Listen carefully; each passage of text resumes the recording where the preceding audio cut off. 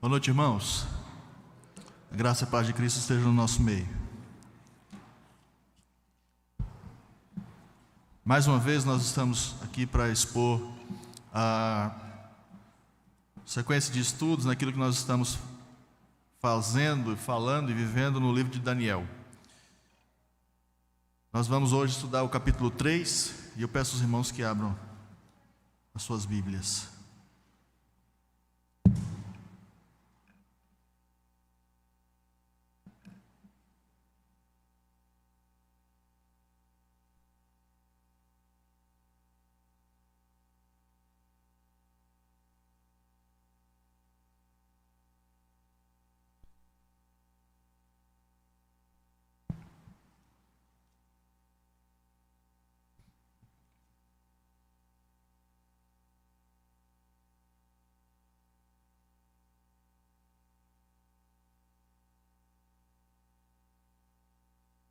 Daniel capítulo 3, assim diz a palavra do Senhor. O rei Nabucodonosor fez uma imagem de ouro que tinha 60 côvados de altura e 6 de largura. Levantou-a no campo de Dura, na província da Babilônia. Então o rei Nabucodonosor mandou ajuntar os sátrapas, os prefeitos, os governadores, os juízes, os tesoureiros, os magistrados, os conselheiros e todos os oficiais das províncias, para que viessem à consagração da imagem que o rei Nabucodonosor tinha levantado. Então se ajuntaram os sátrapas, os prefeitos, os governadores, os juízes, os tesoureiros, os magistrados, os conselheiros e todos os oficiais das províncias, para a consagração da imagem que o rei Nabucodonosor tinha levantado. E estavam em pé diante da imagem que Nabucodonosor tinha levantado. Nisto o arauto apregoava em alta voz: ordena-se a vós outros, ó povos, nações e homens de todas as línguas, no momento em que ouvirdes o som da trombeta, do pífaro, da harpa, da cítara, do saltério, da gaita de foles e de toda sorte de música, vos prostrareis e adorareis a imagem de ouro que o rei Nabucodonosor levantou. Qualquer que se não prostrar e não adorar será, no mesmo instante, lançado na fornalha de fogo ardente. Portanto, quando todos os povos ouviram o som da trombeta, do pífaro, da harpa, da cítara, do saltério e de toda sorte de música, se prostraram os povos, nações e homens de todas as línguas e adoraram a imagem de ouro que o rei Nabucodonosor tinha levantado. Ora, no mesmo instante, se chegaram alguns homens caldeus e acusaram os judeus. Disseram ao rei Nabucodonosor: ó rei, vive eternamente. Tu, ó rei, baixaste um decreto pelo qual todo homem que ouvisse o som da trombeta, do pífaro, da harpa, da cítara, do saltério, da gaita de foles e de toda sorte de música, se prostraria e adoraria a imagem de ouro. E qualquer que não se prostrasse e não adorasse seria lançado na fornalha de fogo ardente.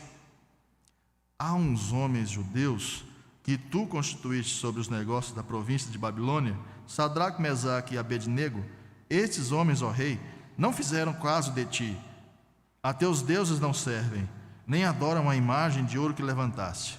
Então, irado e furioso, mandou chamar Sadraque, Mesaque e Abednego, e trouxeram a estes homens perante o rei.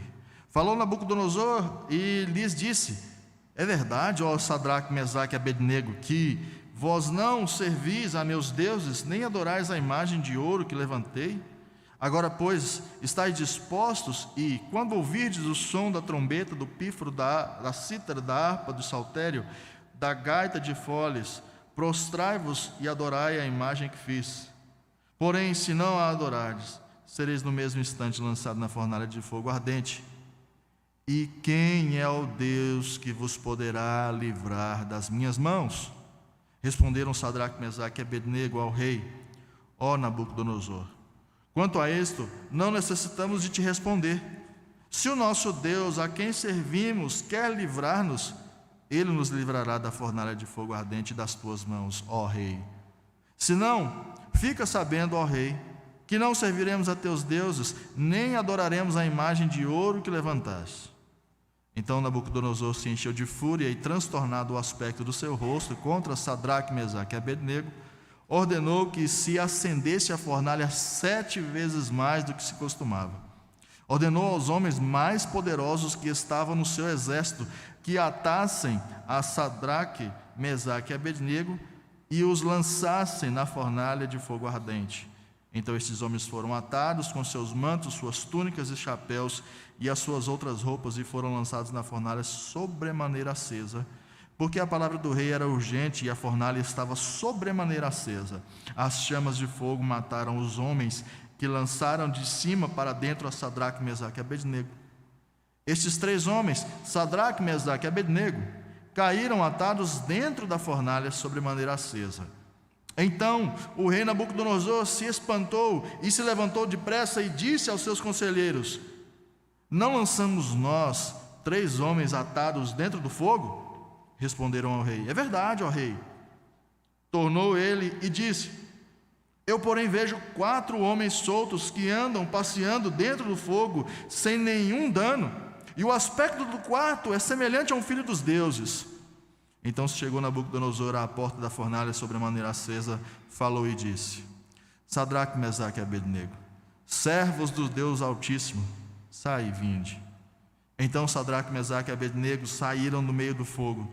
Ajuntaram-se os sátrapas, os prefeitos, os governadores e conselheiros do rei, e viram que o fogo não teve poder algum sobre os corpos destes homens, nem foram chamuscados os cabelos de sua cabeça, nem os seus mantos se mudaram, nem cheiro de fogo passaram sobre eles. Falou Nabucodonosor e disse: bendito seja o Deus de Sadraque, Mesaque e Abednego, que enviou o seu anjo e livrou os seus servos que confiaram nele, pois não quiseram cumprir a palavra do rei, preferindo entregar o seu corpo a servirem e adorarem a qualquer outro Deus, senão ao seu Deus. Portanto, faço um decreto pelo qual todo povo, nação e língua que disser blasfêmia contra o Deus de Sadraque, Mesaque e Abednego seja despedaçado e as suas casas sejam feitas em monturo, porque não há outro Deus que possa livrar como este. Então o rei fez prosperar a Sadraque, Mesaque e Abednego na província da Babilônia. Meus irmãos, nós ainda estamos naquela sequência do texto em que Daniel deixou de escrever em hebraico, a sua língua materna, e ele passou a escrever em aramaico, que era a língua dos caldeus.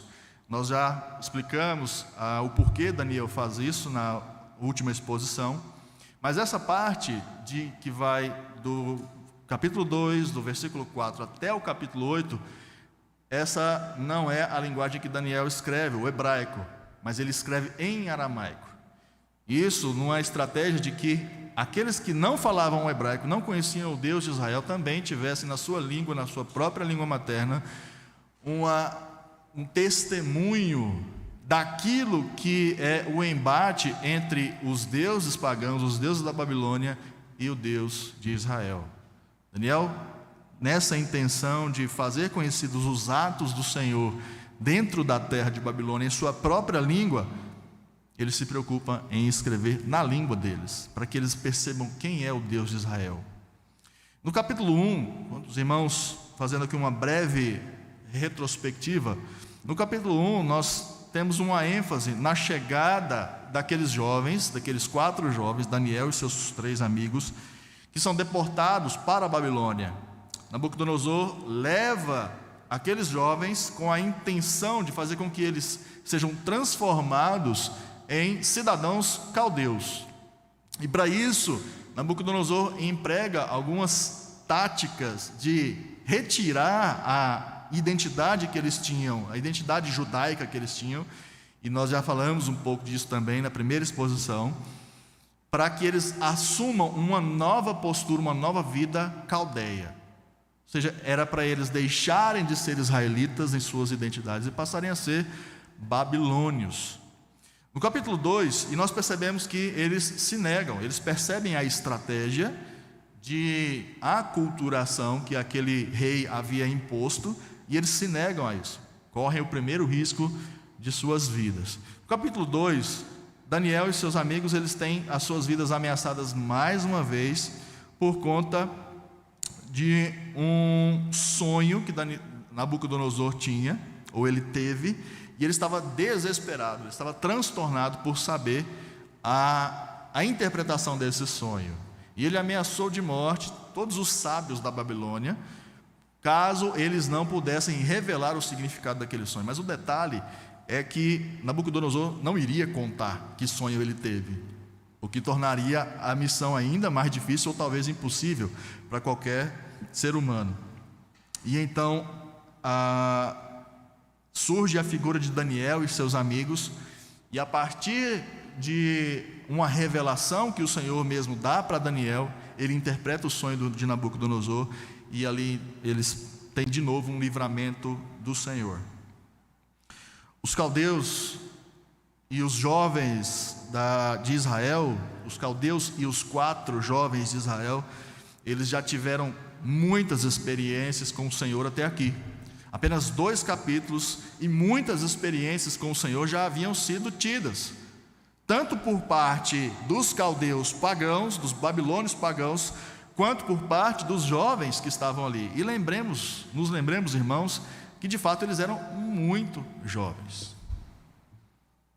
Talvez aqueles meninos tivessem menos de 18 anos, talvez eles tivessem entre 13 e 14 anos, e nós já falamos inclusive sobre isso, de justificarmos muitos comportamentos errados, pecaminosos dos nossos adolescentes, dos seus filhos, dos nossos filhos adolescentes, sob a desculpa de que é isso, é a idade. Mas essa é uma falácia que a Escritura nos mostra, que a juventude é tão capaz quanto aqueles mais maduros na fé de responderem de maneira apropriada às demandas que o mundo oferece, sem perder a sua santidade.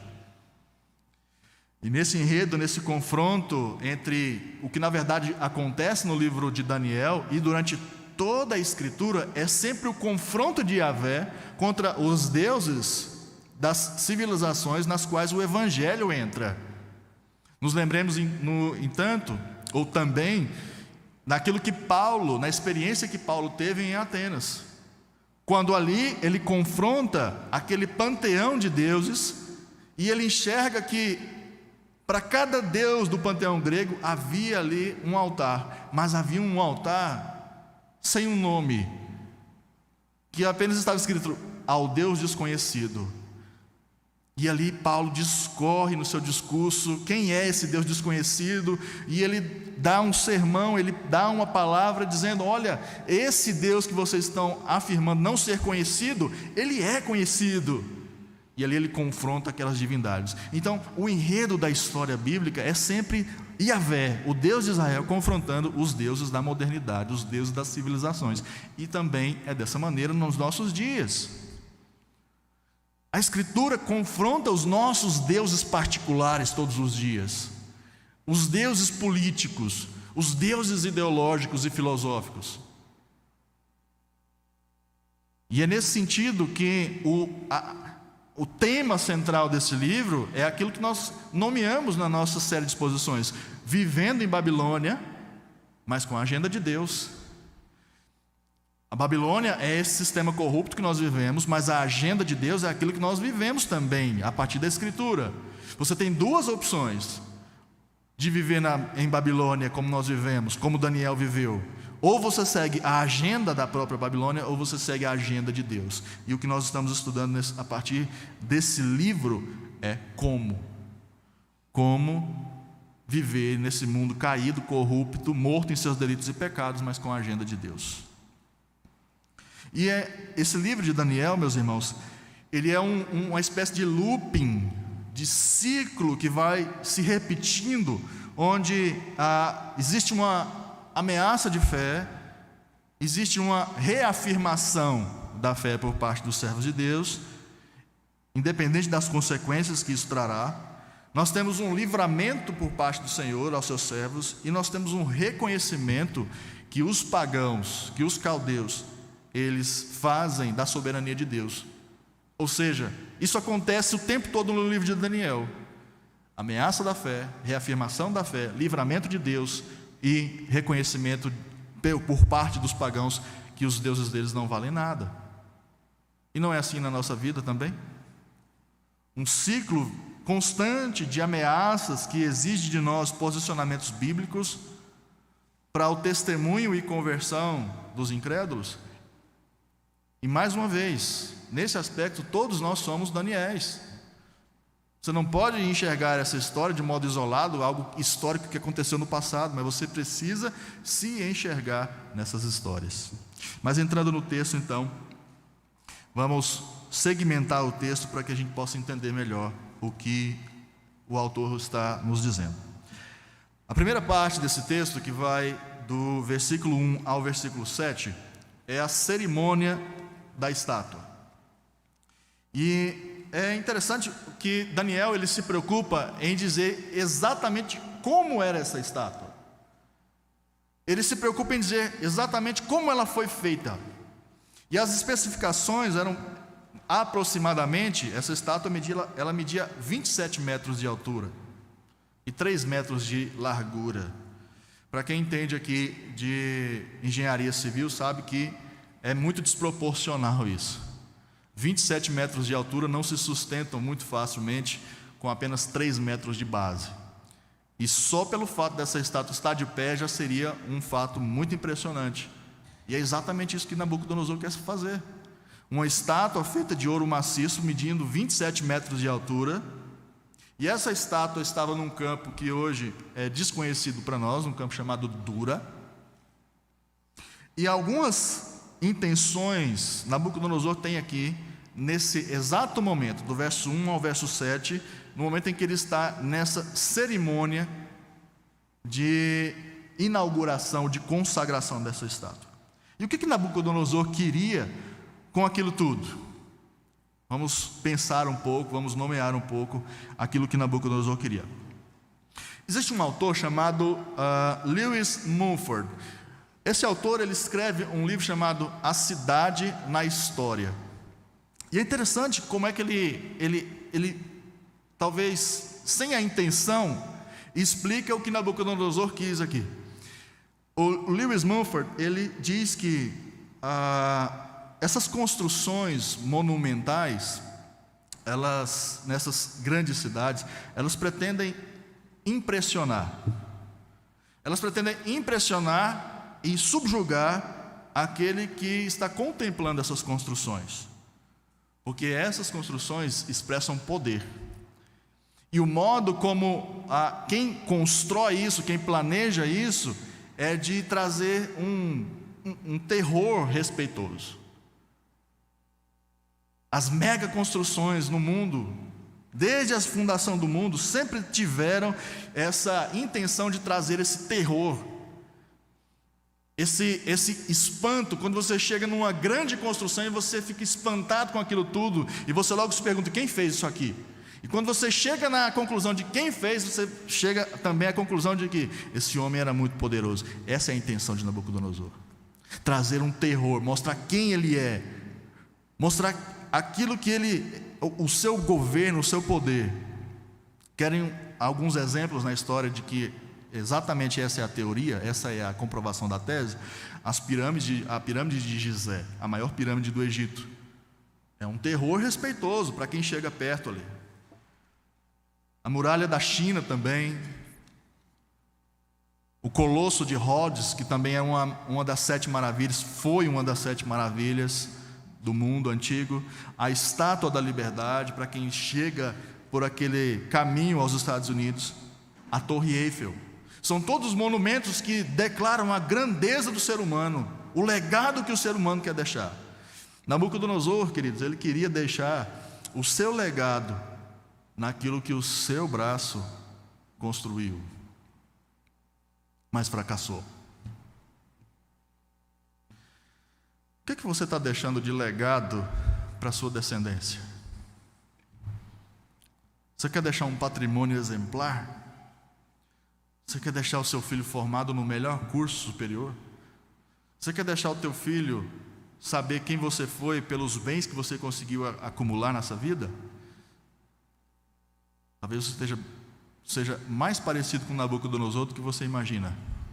Todos nós, querendo deixar legados, mega construções, mega patrimônios.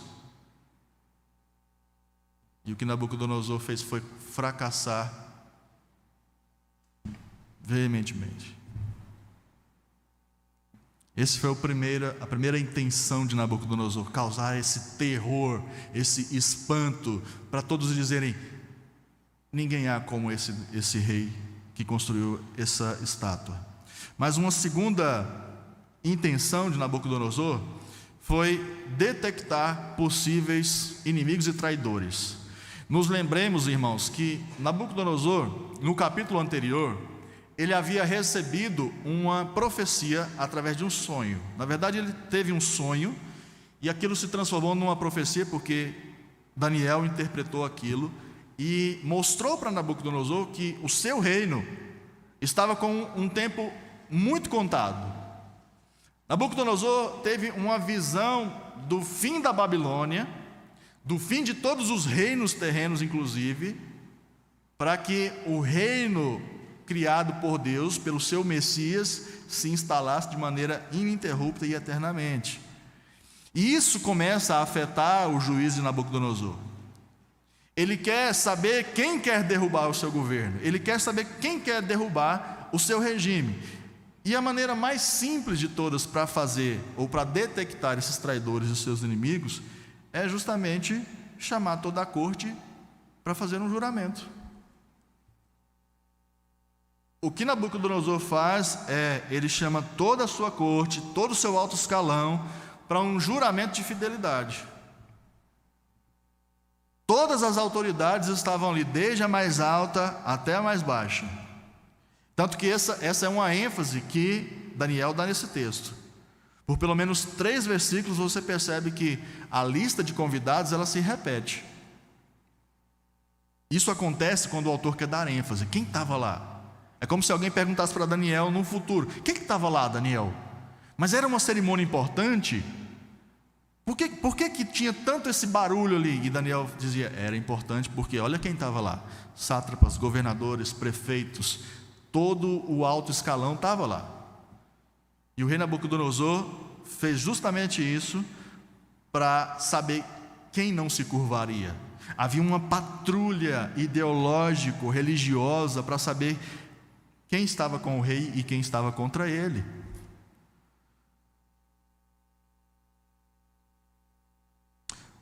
A terceira intenção de Nabucodonosor, ao levantar aquela estátua e chamar aquela corte para a cerimônia de consagração, era mostrar para nós, especialmente para nós, para os leitores atuais, que existe um fator religioso mesclado em política. Queridos irmãos, existe um mito de neutralidade por trás daquilo que nós chamamos de uma condição do Estado, que afirma que o Estado é laico.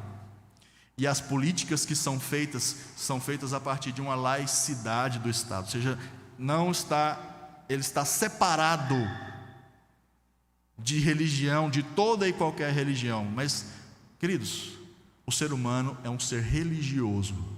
Ele foi criado para adorar algo. E quando ele não adora ao verdadeiro Deus, ele adora qualquer outra coisa, qualquer ideologia.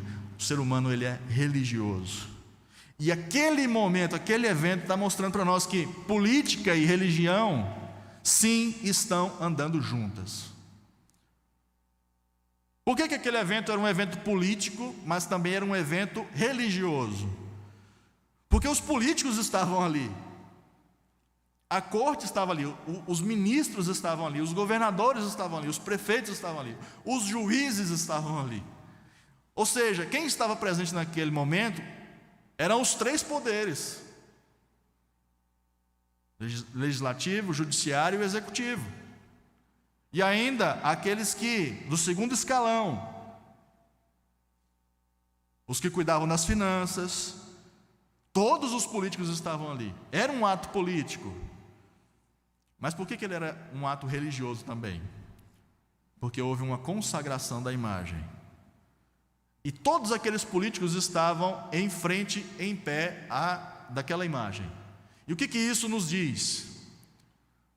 Eles estavam prestando honra para aquela estátua que estava de frente para eles.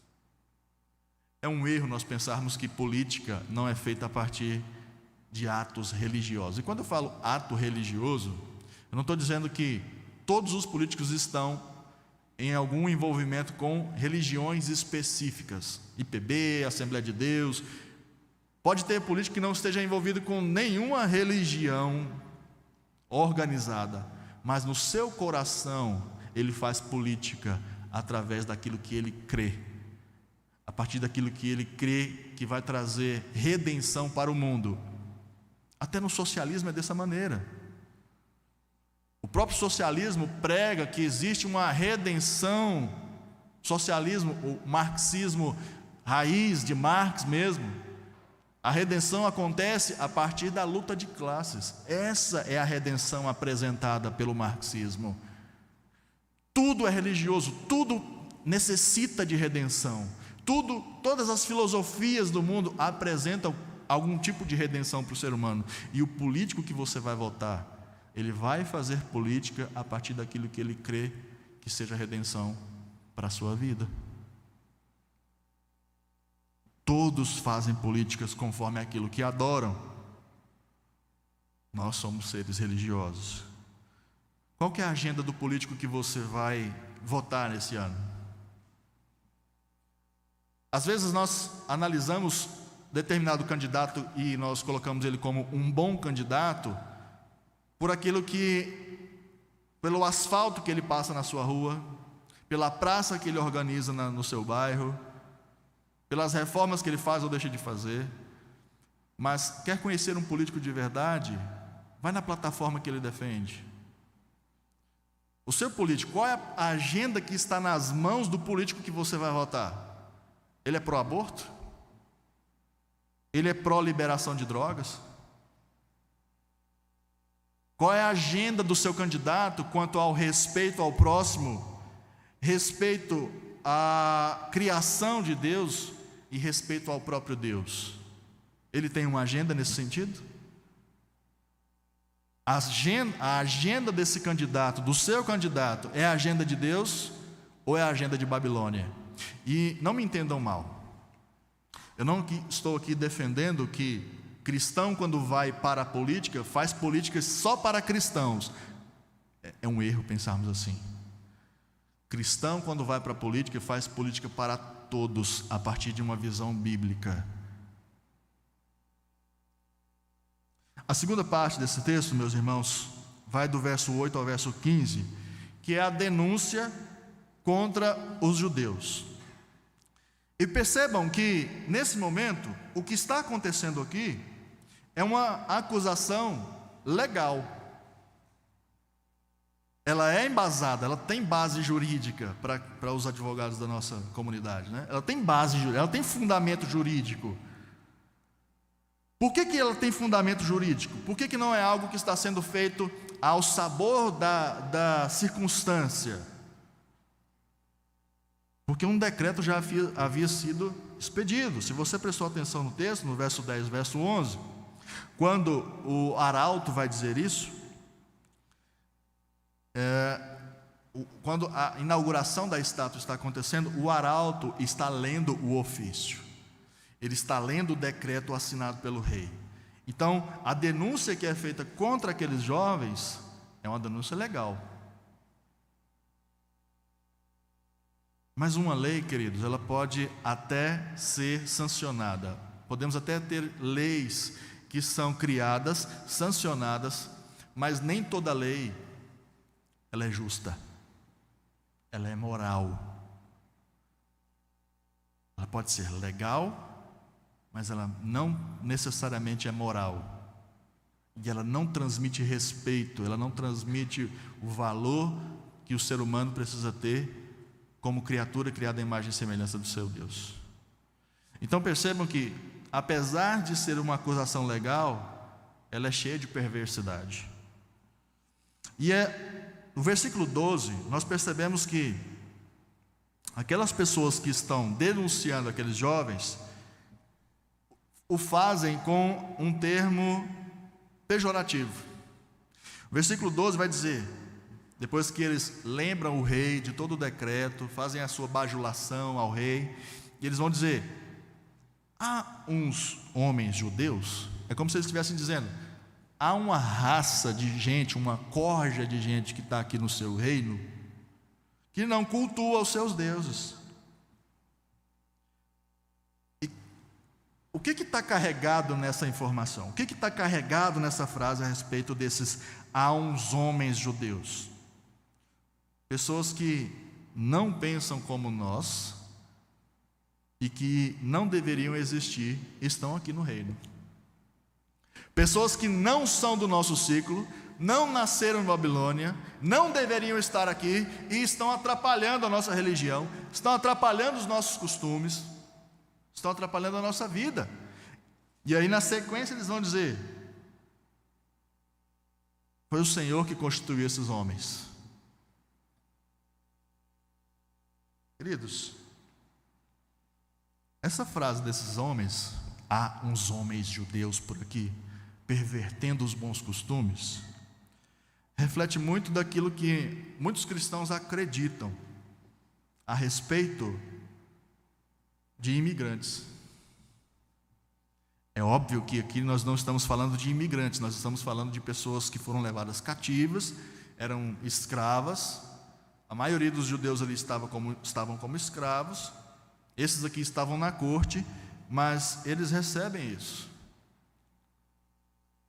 Há um discurso, há uns homens judeus, reflete muito naquilo que às vezes nós pensamos sobre os imigrantes, daqueles que estão fugindo dos seus países, das suas regiões, e nós estamos dizendo, ou nós estamos pensando: o que esse povo está fazendo aqui?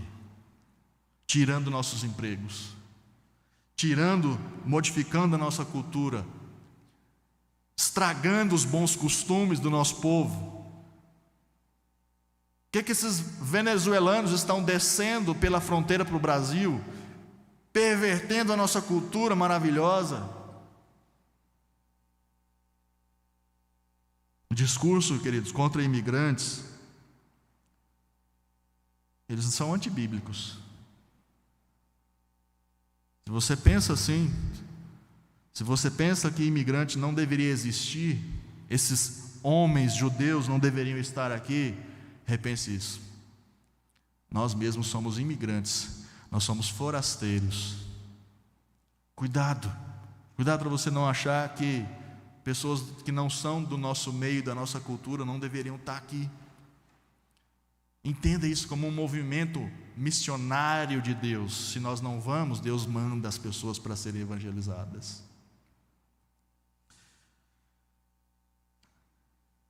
E nós temos a terceira parte desse texto, que é a inquirição e a aplicação da lei. O que o rei Nabucodonosor faz é convocar esses homens e ele exige que eles se retratem. Nabucodonosor exige que aqueles homens, perante toda aquela corte, tenha isso na sua cabeça. Os personagens que estão envolvidos nessa trama, do início ao fim, todos os governantes, todos os políticos da corte estão ali. E Nabucodonosor está se impostando contra aqueles jovens, numa atitude de autoafirmação para a sua corte. Esse é o cenário, o tempo todo. E Nabucodonosor exige que eles estejam se retratando, até porque ele tem uma reputação a zelar como Deus terrível, ou como rei terrível.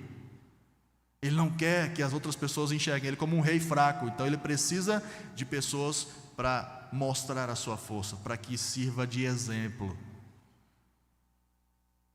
E a pergunta que Nabucodonosor faz é crucial para esse texto. Quem é o Deus que vai livrar vocês das minhas mãos? No capítulo 2, verso 11, volte aí uma página na sua Bíblia. Há uma outra declaração a respeito de como eles viam a divindade, como eles usavam o padrão de deuses da Babilônia para aplicar ao Deus de Israel. Versículo 11 do capítulo 2 vai dizer: a coisa que o rei exige é difícil, e ninguém há que possa revelar diante do rei, senão os deuses. Leia comigo: e estes não moram com os homens. Olha o Deus que eles conhecem, olha a capacidade que eles reconhecem que os deuses deles têm, e eles querem aplicar esse conhecimento do sagrado para eles ao Deus de Israel. Então eles afirmam: os deuses não moram conosco, mas nós já vimos que o nosso Deus mora. E aí Nabucodonosor vai perguntar de novo: quem é o Deus que vai livrar vocês das minhas mãos? E aí vem a resposta daqueles homens. Meus irmãos, olha as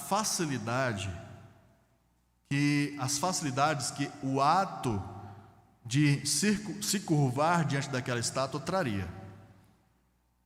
Eles teriam o seu status no governo garantido, eles possivelmente teriam tranquilidade em relação à sua fé, eles poderiam continuar adorando ao seu Deus ali, ao Deus de Israel, e sobretudo eles não seriam mortos.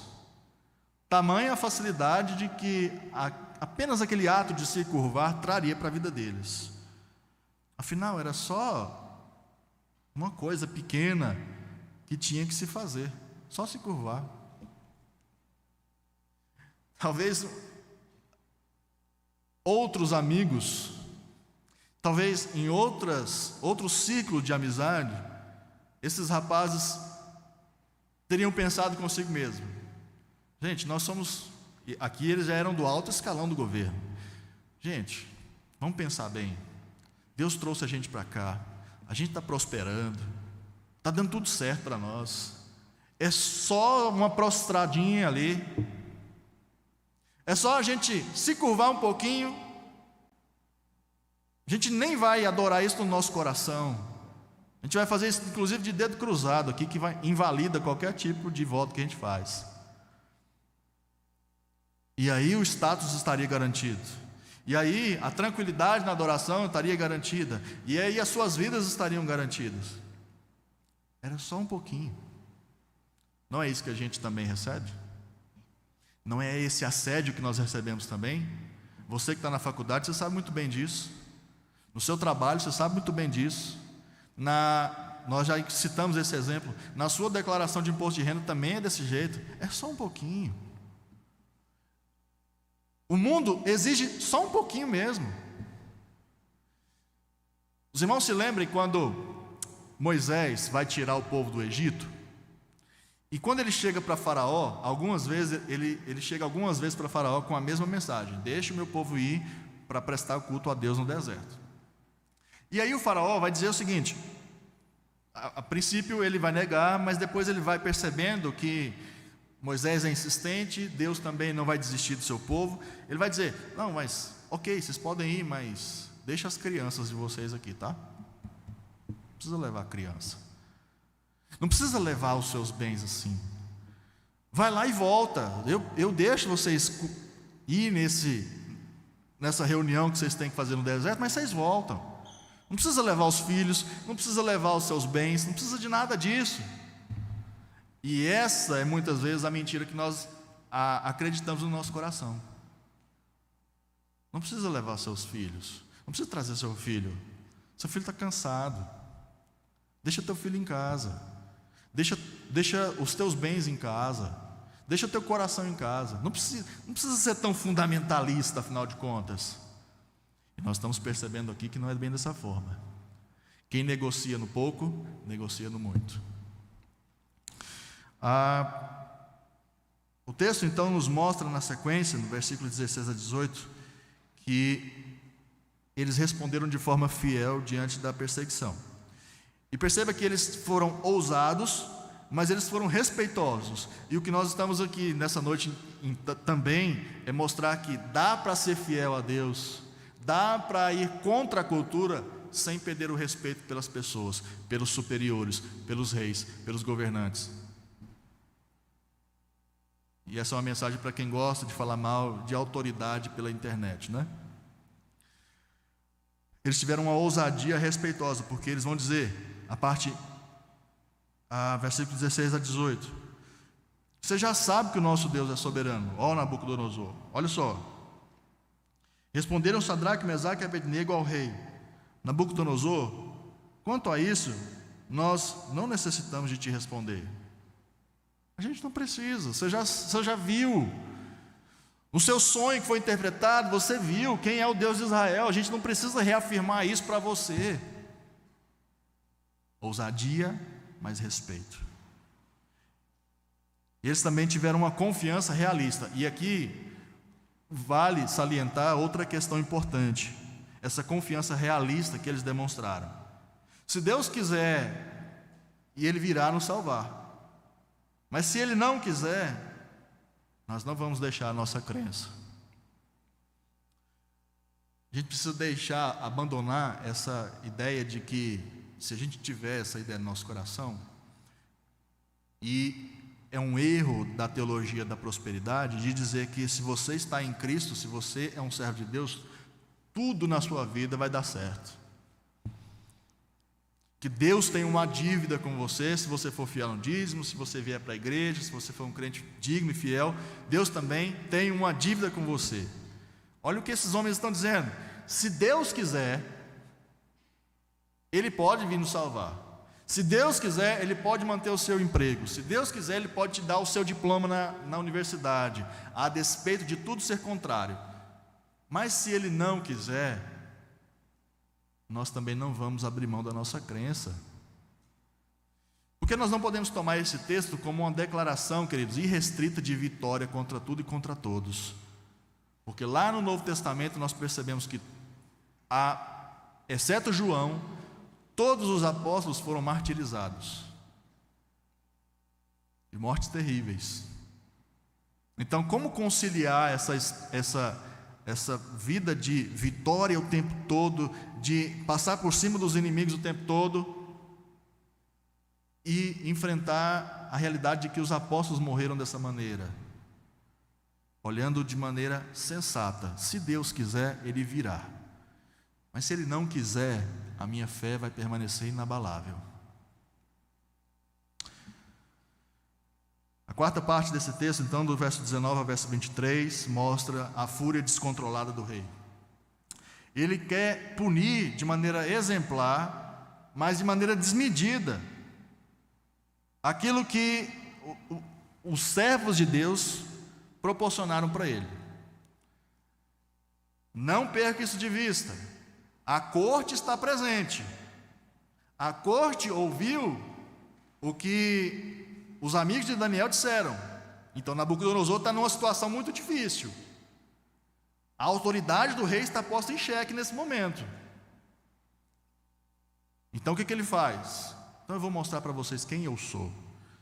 E aí ele manda aquecer a fornalha 7 vezes mais. E ele então manda que aqueles homens sejam lançados com todos os seus pertences, de maneira urgente. Ou seja, não é para despedir de ninguém, é para morrer naquele exato momento, para que o rei lave a sua autoridade.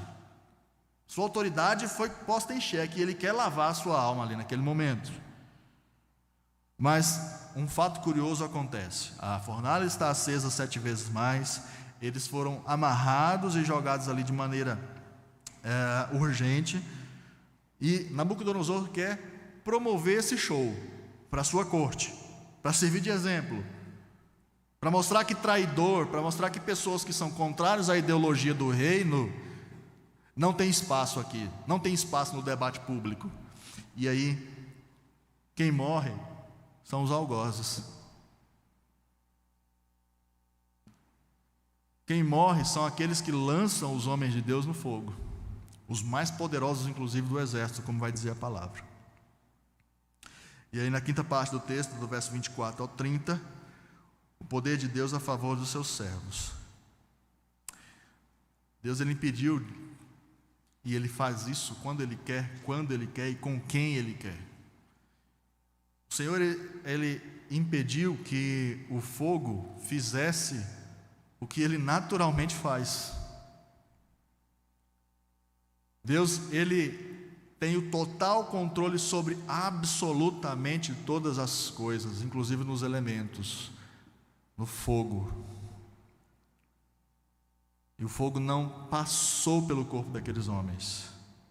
E o maior rei da sua época, o maior rei, aquele que é a cabeça de ouro da estátua do capítulo 2, não foi capaz de fazer absolutamente nada contra os servos de Deus. E aí nós chegamos na parte do milagre, que é onde vem a declaração, essa quarta parte essa sexta parte do texto, que vai mostrar um quarto personagem dentro da fornalha, livrando os servos de Deus. Essa é uma parte muito controversa, porque alguns especialistas nessa linguagem antiga, eles enfrentam algumas dificuldades para identificar esse quarto personagem. Mas há outros, tanto quanto especialistas quanto eles,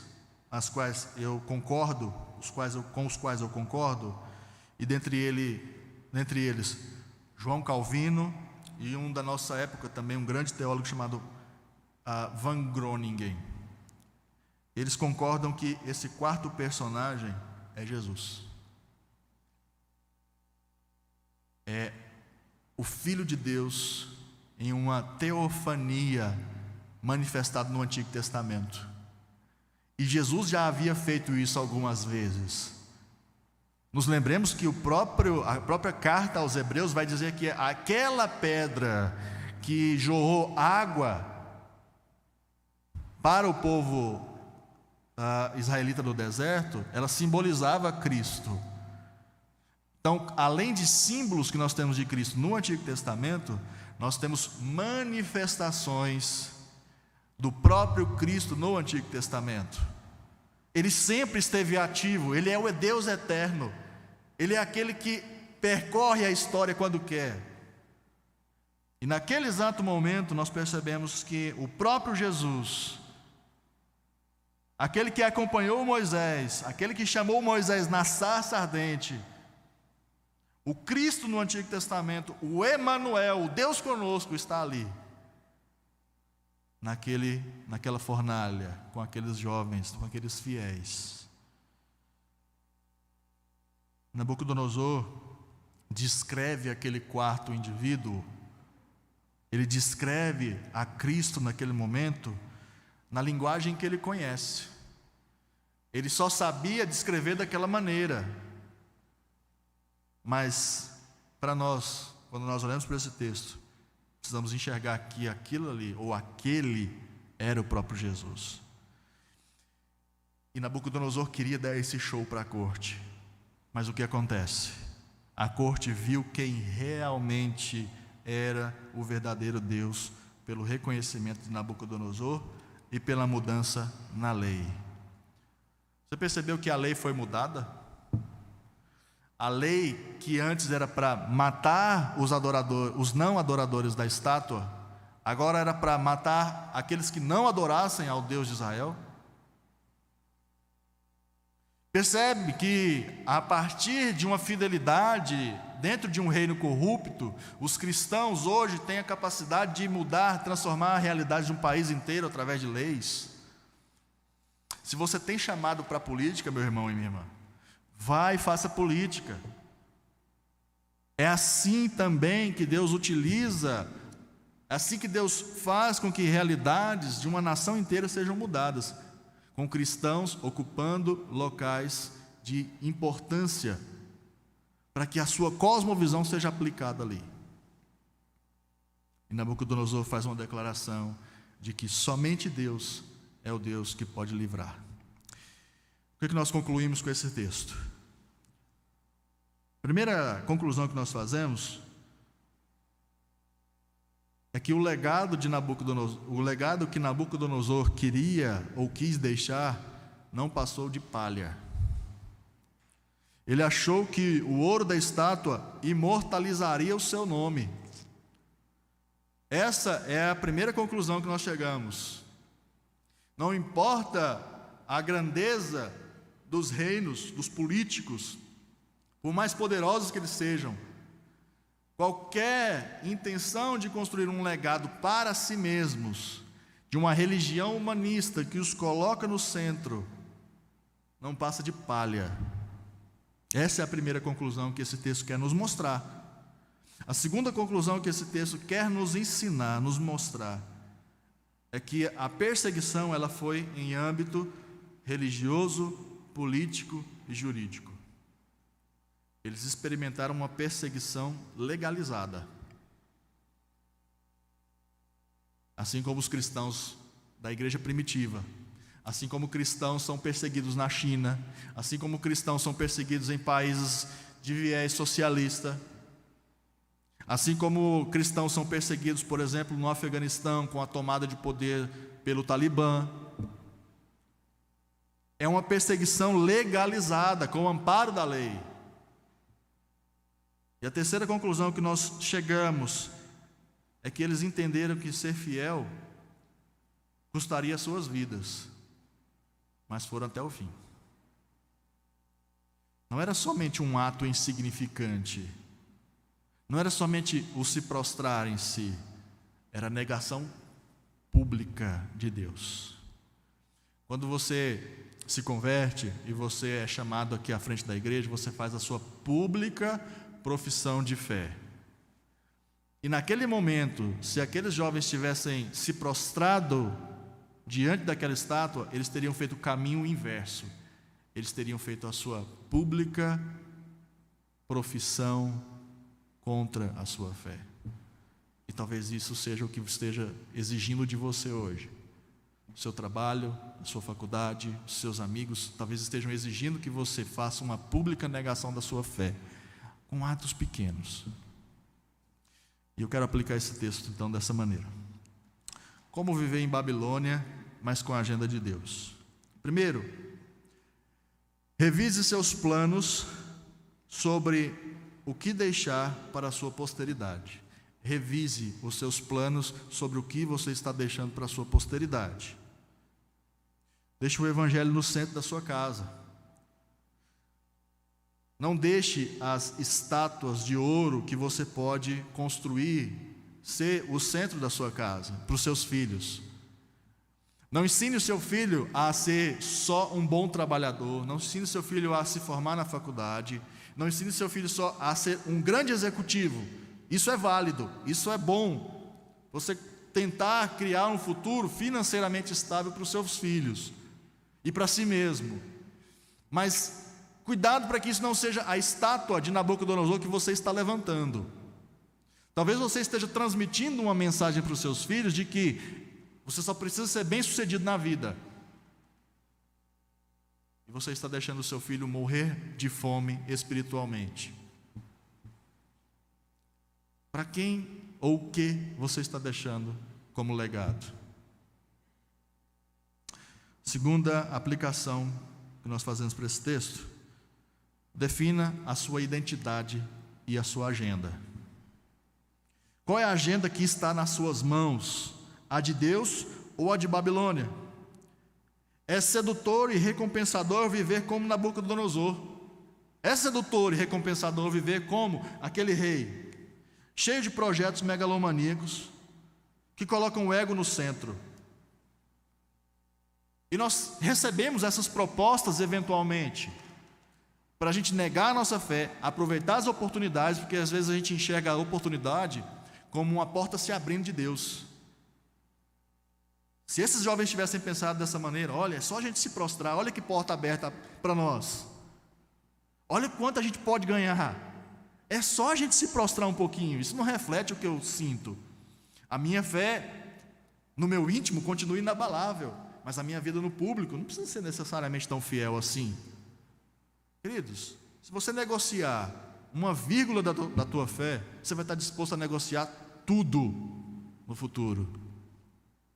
E você sabe com quem Nabucodonosor pode ser comparado aqui nesse momento? Com o diabo lá no deserto com Jesus. É só se prostrar. É só você seguir esse pequeno exemplo. É só uma prostrar, é só você dizer, é só você se prostrar aqui e tudo isso eu te darei. É só você negar Jesus no seu TCC da faculdade. É só você negar Jesus aqui nesse momento pequeno. Não vai trazer prejuízo para você.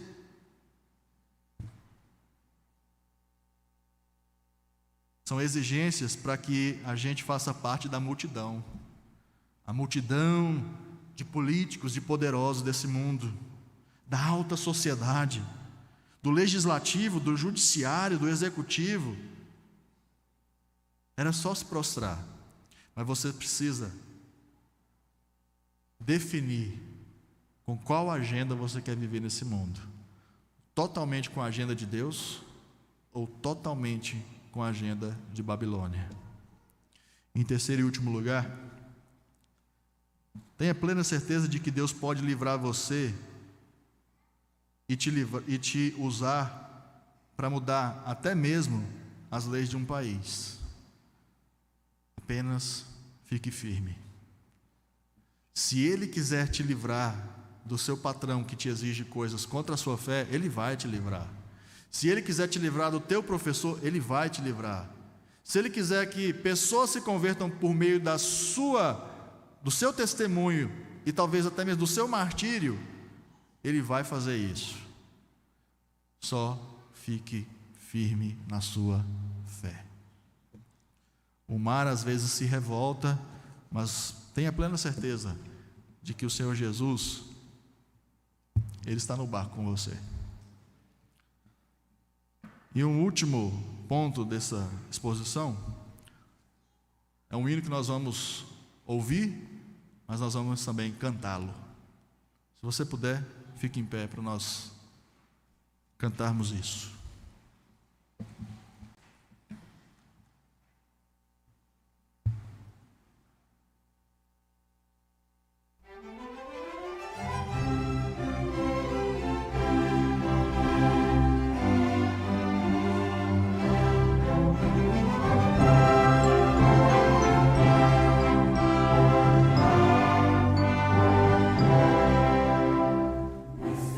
Mas se revolta